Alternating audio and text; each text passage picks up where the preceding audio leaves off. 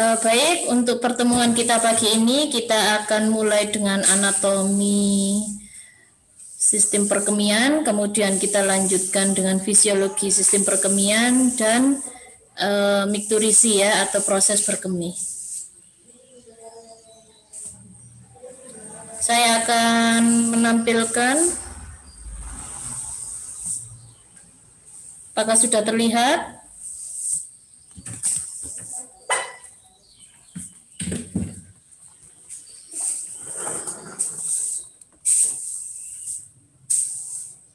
Sudah, Bu.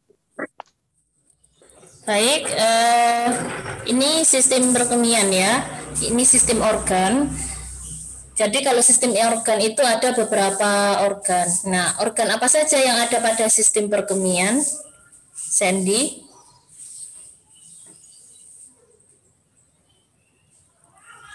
Halo, Sen? Saya, Bu. Ya, organ apa saja, Sen? Ginjal, Iya. kandung kemih, Iya, di bawahnya ginjal sebelum kandung kemih itu apa? Ureter ya. Ureter, kemudian kandung kemih atau bladder, setelah kandung kemih itu ada apa?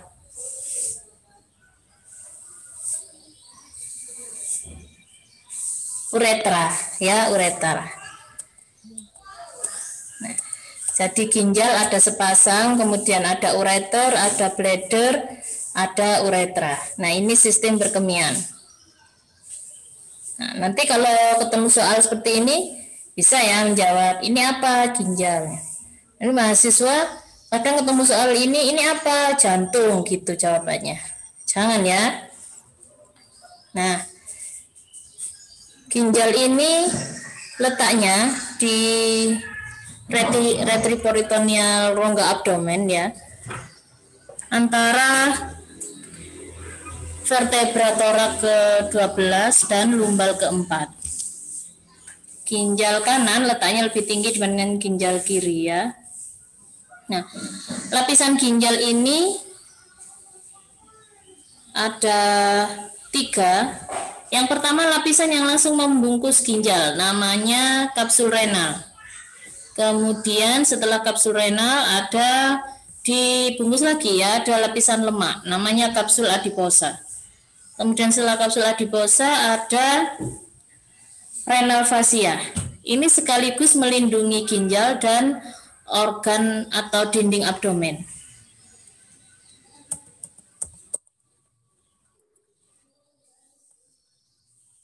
Ini ya, ginjal itu berwarna merah kecoklatan, letaknya tadi di torak ke-12 sampai vertebra lumbal ke-3. Nah, beratnya sekitar 150 gram. Ginjal ini dibagi 3 bagian ya. Kursor saya kelihatan bergerak di situ, di monitor saudara.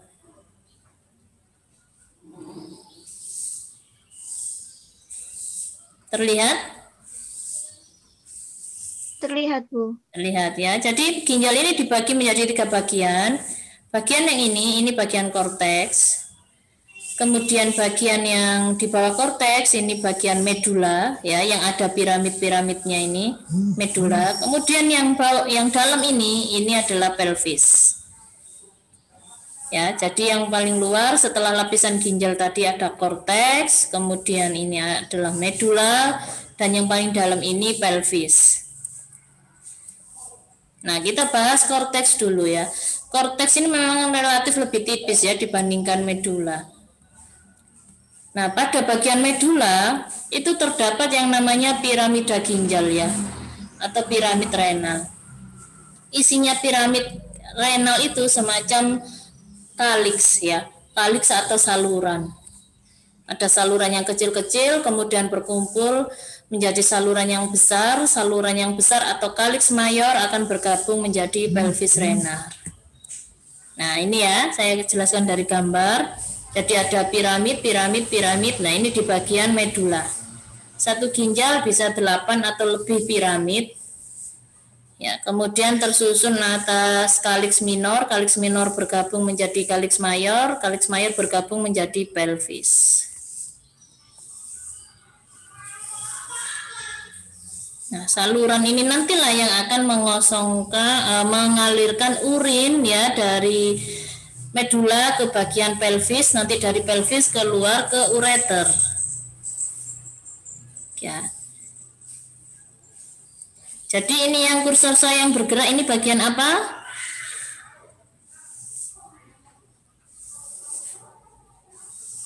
Apakah suara saya terputus-putus? Halo guys?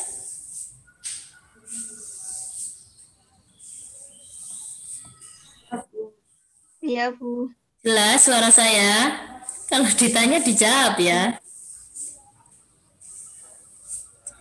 Nggak apa-apa, kalau salah nggak apa-apa. Kalau nggak tahu pun juga nggak apa-apa. Cuma saya khawatir saya sendirian di kelas. Itu sering terjadi soalnya. Nah, ini apa ini?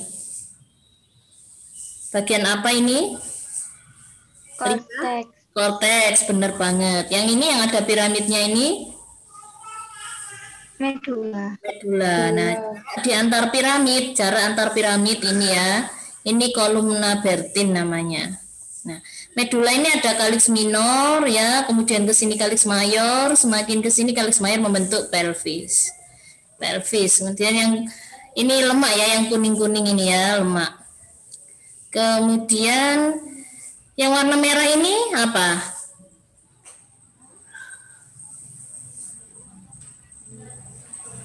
Arteri, Bu. Arteri, benar banget. Arteri apa, Ray? Karena arteri itu adalah pembuluh darah yang menuju ke ginjal, berarti namanya arteri ginjal atau arteri renalis ya.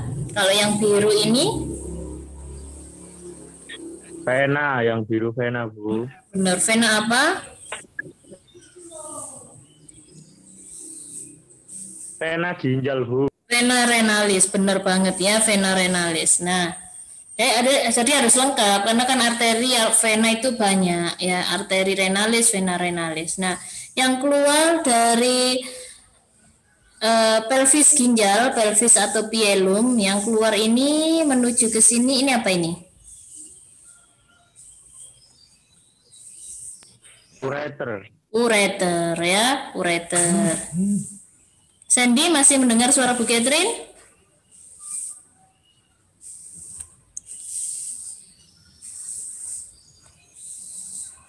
Gak kedengeran Sen suaranya Sen. Kedengaran, Bu. Nah, kita ke pelvis ya, pelvis atau pielum. Tadi kan perkumpulan dari kaliks mayor tadi kan berkumpul membentuk pelvis ya atau pielum. Nah, setelah pielum atau pelvis menuju ke ureter.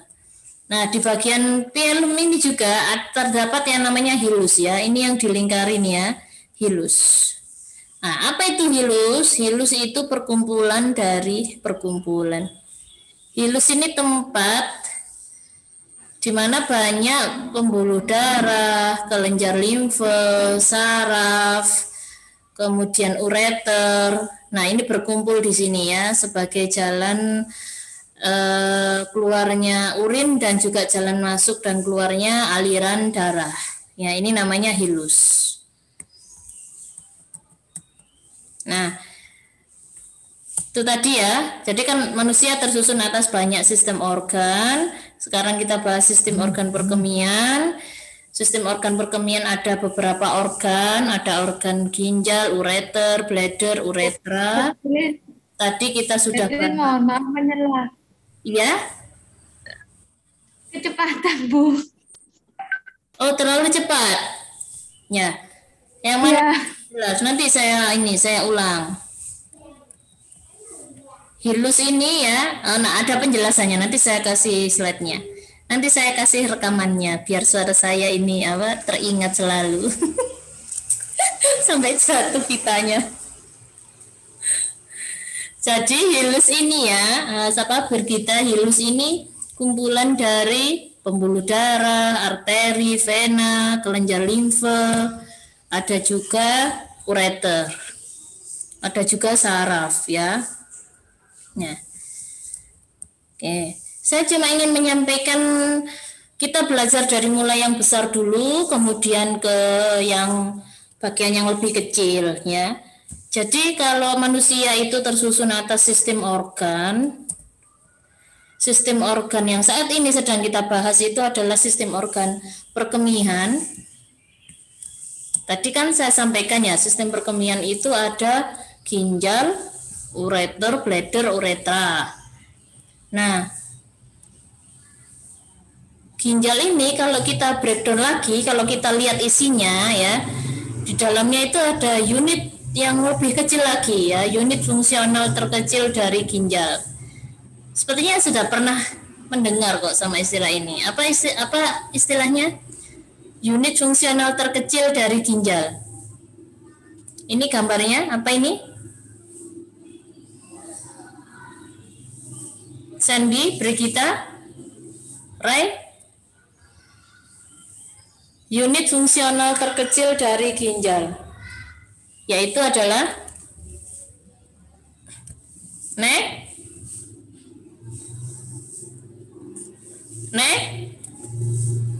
Medula. Nefron ya, nefron. Jadi kalau kita ngomong ginjal, pasti kita ngomong nefron. Gitu ya. Jadi ginjal itu tersusun atas nefron.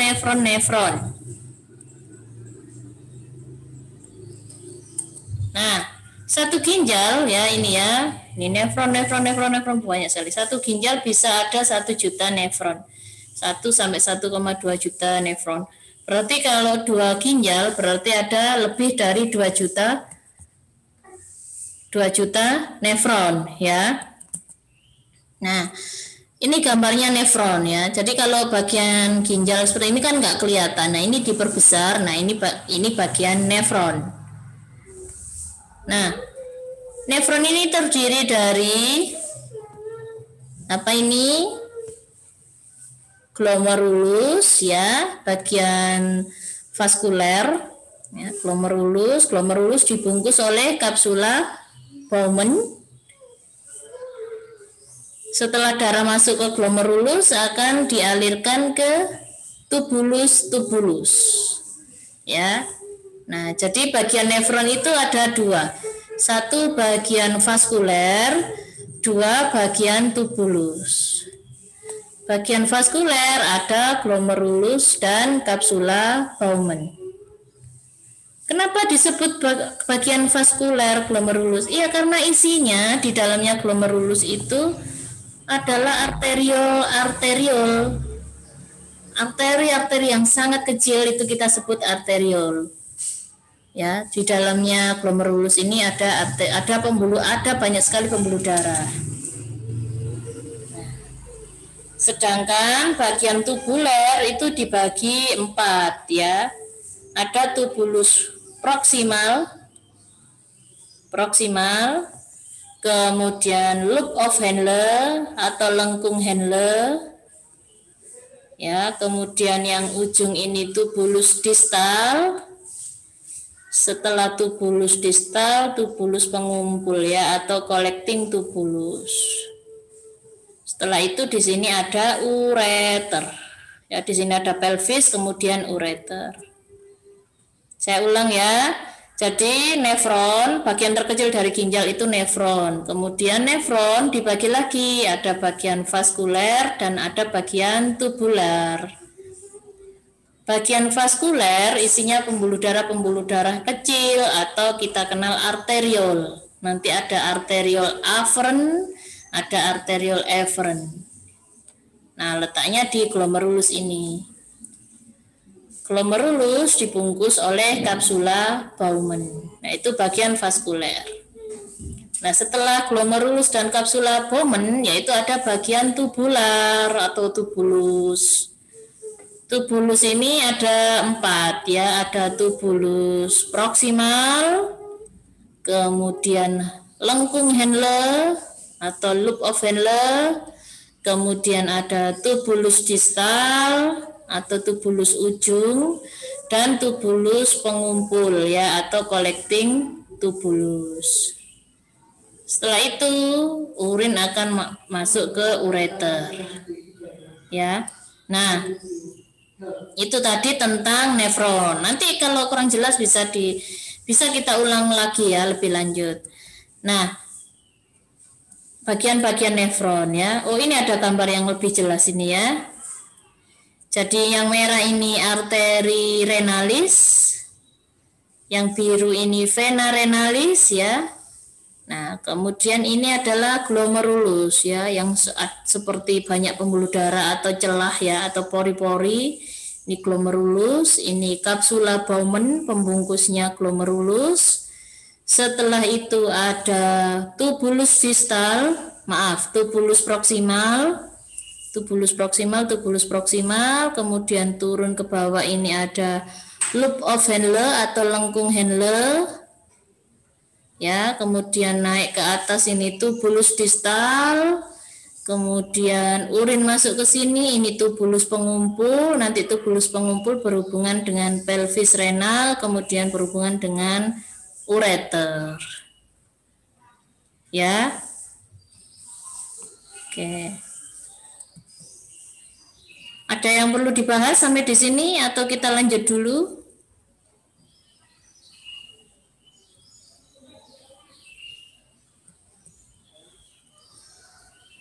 Sonia, gimana? Lanjut, Bu. Lanjut. Ya. Ini glomerulus tadi ya, glomerulus tadi.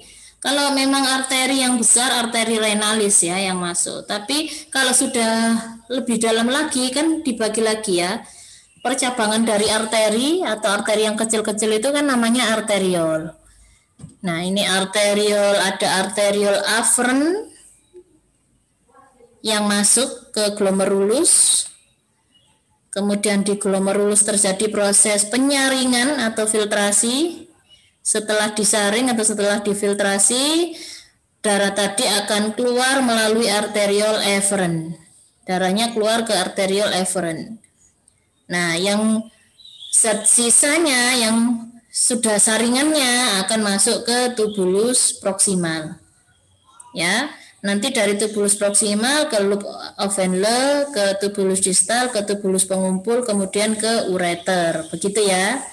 Jadi darah yang belum disaring masuk dulu ke arterial afferent, kemudian disaring di glomerulus atau difiltrasi. Nah, setelah bersih, bebas zat metabolisme seperti ureum dan kreatinin, darahnya akan kembali keluar melalui arterial efferent. Nah, zat sisanya akan masuk ke tubulus proksimal ya. Begitu maksudnya. Nah, oke, kita lanjut ke tubulus sudah ya. Saya ulang ya. Ini ada glomerulus dibungkus oleh kapsula Bowman. Yang masuk ini arteriol afferent, yang keluar arteriol efferent. Di sini darah mengalami proses filtrasi untuk menyaring zat sisa metabolisme. Darah yang sudah bersih, yang sudah disaring akan dibawa keluar oleh arteriol efferent, ya. Kemudian zat sisanya atau zat sisa metabolismenya bersama air dan lain-lain akan masuk ke tubulus proksimal, ya. Tubulus proksimal, kemudian ke loop of Henle, kemudian ke tubulus distal.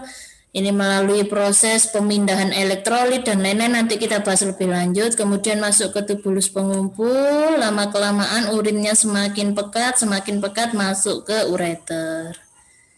Gitu ya, urinnya masuk ke ureter. Jadi darah yang sudah difiltrasi, darahnya bebas zat sisa metabolisme atau darahnya bebas zat beracun ya, karena urin ini mengandung zat sisa metabolisme. Nah, oke, saya lanjut ke macam-macam nefron ya. Nefron ada dua, nefron kortikal dan nefron juxtamedular. Nefron kortikal dan nefron juxtamedular. Nefron kortikal namanya saja kortikal ya, berarti nefron ini banyak terdapat di bagian korteks. Nah, kalau yang nefron juxtamedular berarti dia ada di sebagian di bagian korteks, tapi lengkung Henle-nya panjang ada di bagian medula. Ya, ini adalah nefron juxtamedular. Ya, ini nefron korteks, ini nefron juxtamedular. Bedanya apa? Nefron korteks loop of Henle-nya lebih pendek tetapi tebal. Kalau nefron juxtamedular loop of Henle-nya ini lebih panjang tapi tipis. Nah, karena kalau kita nefron kita paling banyak yang jenis korteks. Ya, yang jenis korteks. 80% nefron kita jenis korteks, sehingga kita ini butuh minum. Ya, kalau makhluk yang ada di gurun, ya binatang gurun misalnya, itu sebagian besar jenis nefron yang juxtamedular, sehingga mereka bisa bertahan meskipun tidak minum selama berminggu-minggu, ya. Nah, kemudian, nah ini jenis nefron ya. Nah ini nefron korteks, loop of Henle pendek tebal. Ini nefron juxtamedular, loop of Henle panjang tapi tipis. Sampai di sini ada yang perlu dibahas?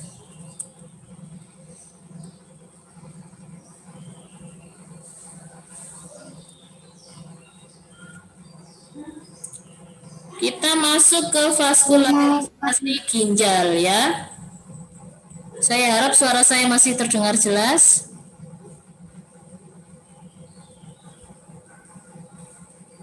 Jelas? Jelas, Bu. Baik. Ginjal ini mendapat darah dari mana? Ginjal mendapat darah dari percabangan aorta abdominalis ya. Jadi ini kan jantung ya. Pembuluh darah yang keluar dari jantung kan aorta. Ada yang ke atas, ada yang ke bawah. Nah, yang ke bawah ini namanya aorta abdominalis. Aorta abdominalis nanti bercabang dua menjadi arteri renalis. Jadi kalau yang besar aorta, menjadi lebih kecil lagi arteri. Arteri menjadi lebih kecil lagi arteriol. Begitu ya urutannya ya. Nah, di aorta bercabang menjadi arteri renalis. Nah, arteri renalis berarti pembuluh darah yang masuk atau menuju ke ginjal. Ini agak banyak ya, nggak masalah, nggak usah panik ya. Banyak sekali nama pembuluh darahnya. Nggak apa-apa, ini untuk belajar saja. Jadi arteri renalis tadi masuk menjadi arteri interlobaris, masuk lagi menjadi arteri arcuata, kemudian interlobularis, baru ke arteriol afferent. Setelah arteriol afferent, barulah masuk ke glomerulus, ya, ke glomerulus. Nah, dari glomerulus dilakukan proses penyaringan atau filtrasi. Nah, setelah dilakukan proses penyaringan, maka darah akan keluar melalui arteriol efferent.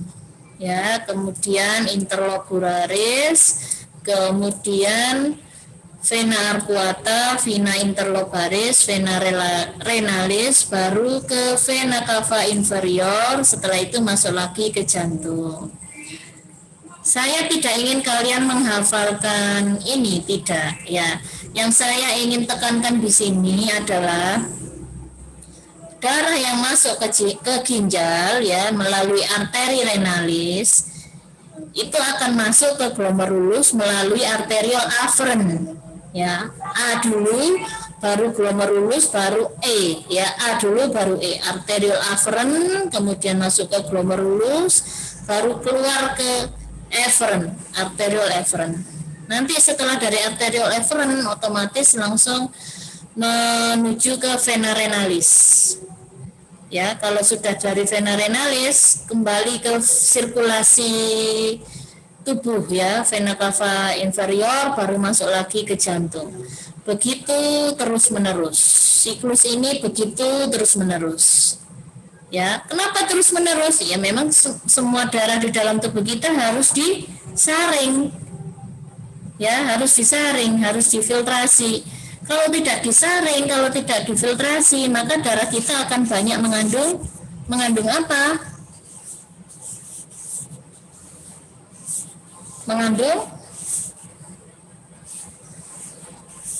Banyak mengandung racun ya, banyak mengandung zat sisa metabolisme.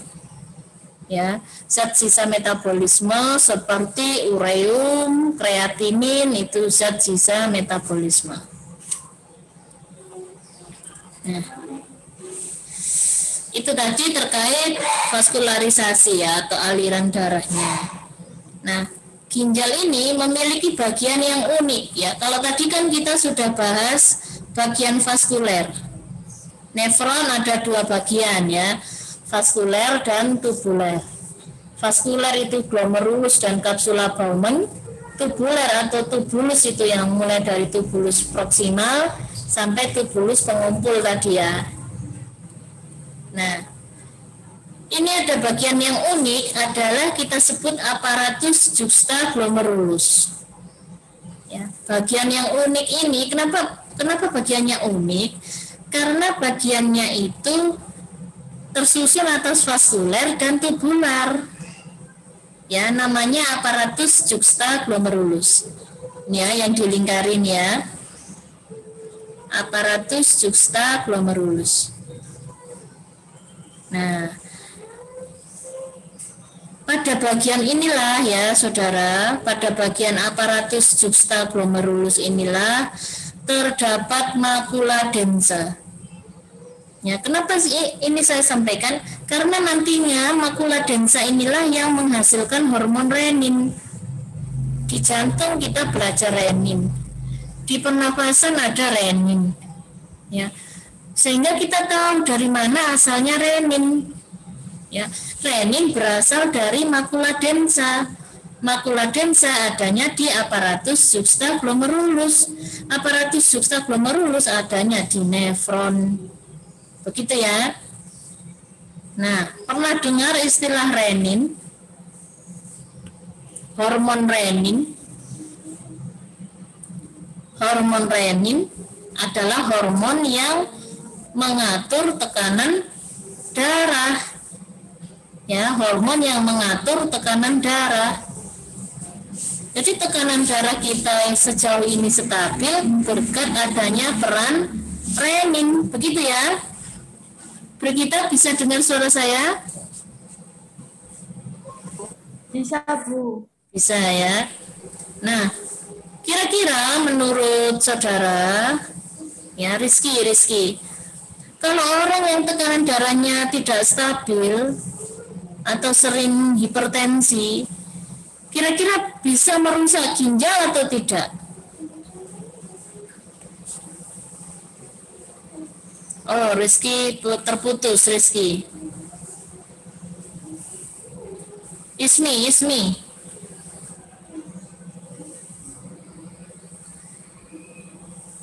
Bisa, Bu. Bisa ya. Jadi jangan dikira meremehkan penyakit hipertensi, darah tinggi, karena bisa merusak ginjal. Kenapa bisa rusak?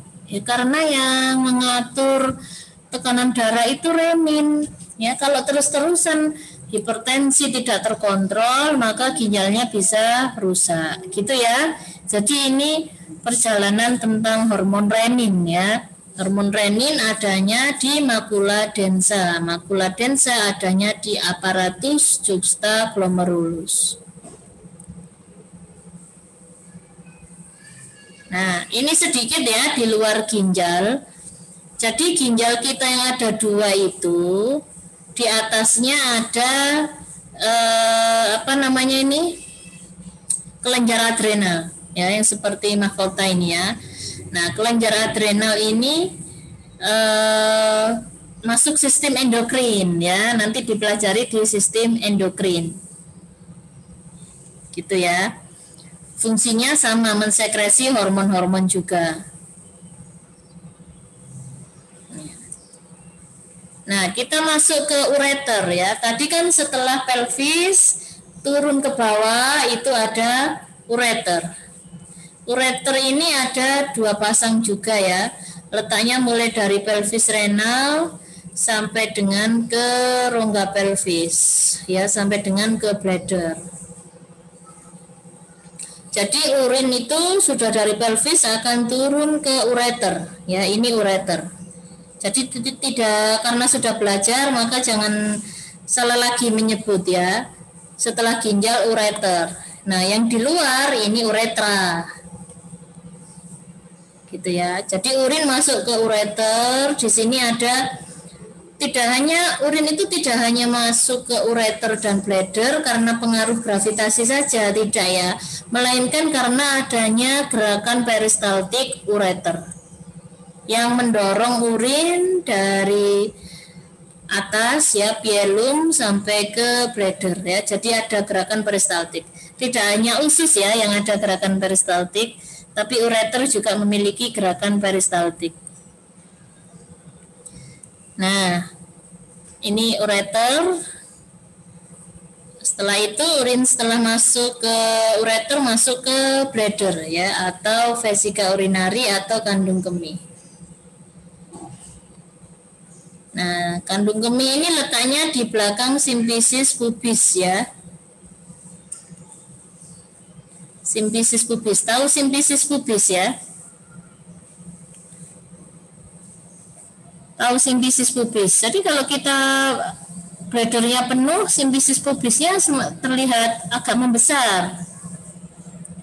Ya, karena terisi urin. Nah, simfisis pubis ini jaringan yang longgar ya. Kenapa kok longgar? Kurnia. Kenapa kok longgar jaringan pada simfisis pubis? Nanda? Kenapa Nanda kok longgar jaringan pada simfisis pubis?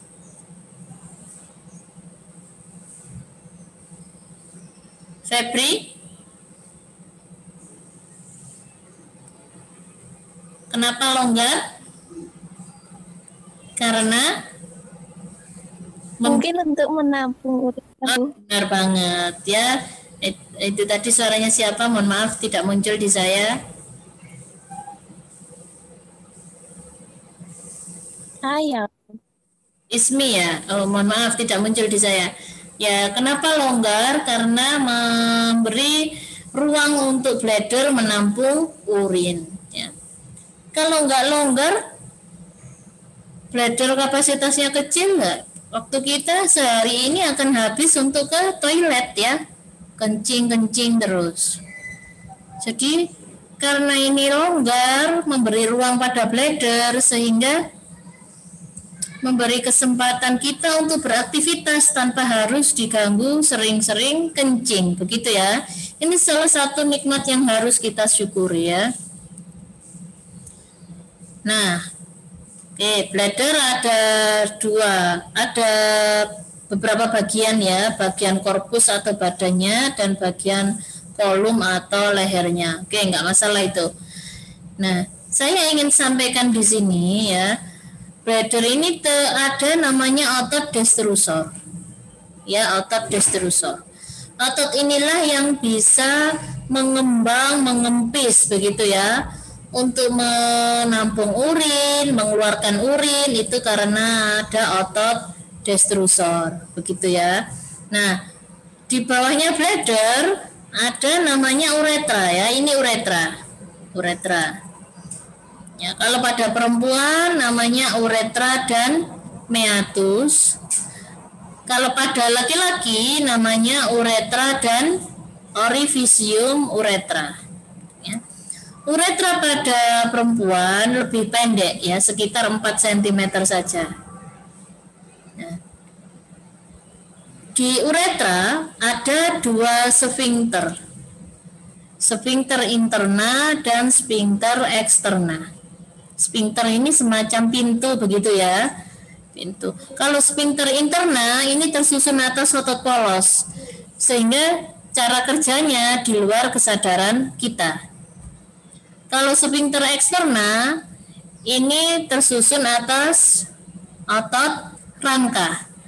Sehingga bekerjanya di bawah kesadaran kita. Begitu ya. Kita ingin menahan kencing bisa karena adanya sphincter eksterna. Kita tidak mengompol, kita tidak buang air besar sembarangan karena adanya sphincter eksterna yang dipersarafi, yang cara kerjanya di bawah kesadaran kita. Ya, yang tersusun atas otot rangka dan cara kerjanya di bawah kesadaran kita. Seperti kalau belajar sistem pencernaan juga demikian kan ya.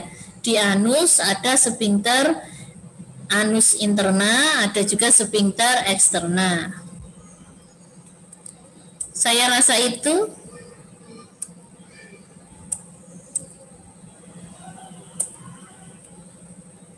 Pada sistem anatomi fisiologi, adakah yang perlu kita bahas?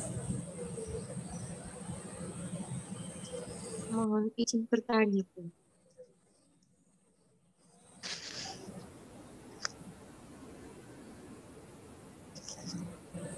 Adakah yang perlu kita bahas atau kita lanjutkan dulu?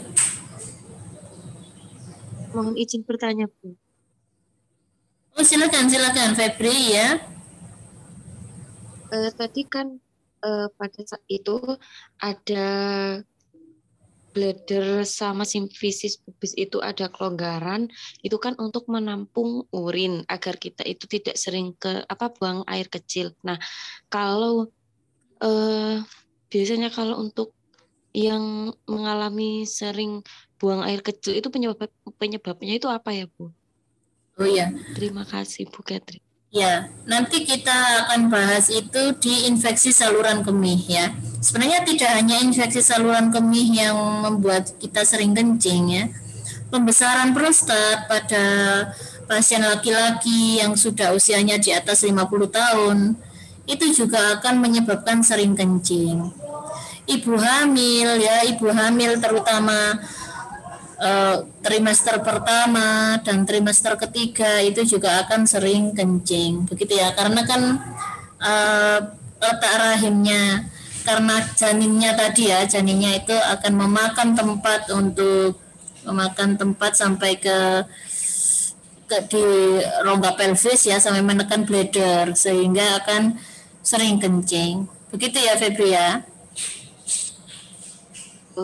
Kalau untuk yang tadi, kalau pada orang yang normal, kemampuan bladder menampung urin ini bisa sampai 500 atau bahkan lebih dari 500 ml. Ya, sehingga memberi ini ya, tidak terlalu sering ke toilet gitu ya. Itu maksudnya Febri. iya, kalau untuk tadi yang ngompol gitu itu kan kalau orang dewasa itu kan ada otot penahannya. Terus kalau untuk anak-anak yang usia 10 tahun atau ke atas itu gimana, Bu? Kalau yang masih sering mengompol gitu, apakah itu tidak ada otot penahan untuk? Benar banget Febri. Seharusnya toilet training ini kan berhasil di usia 3 sampai 5 tahun, begitu ya. Tapi ada beberapa anak yang toilet trainingnya tidak berhasil sehingga mengompol sampai SMP atau mungkin SMA. Nah, ini banyak faktor ya Febri. Bukan karena ada kelainan anatomi bladder, tidak. Kebanyakan adalah faktor psikologis. Nyambung telu iki yang sehingga perlu dilatih ya. Perlu di Nur Solihati. Ini ya bocor ya Nur ya, suaranya keluar. Nah, perlu tidak masalahnya bukan pada bladdernya atau simfisis pubisnya ya, tapi pada toilet trainingnya ya Febri ya. Sehingga perlu dilatih, atau mungkin ada faktor psikologis sehingga masih mengompol. Gitu Febri? Iya, Bu. Terima kasih, Bu. Sama-sama.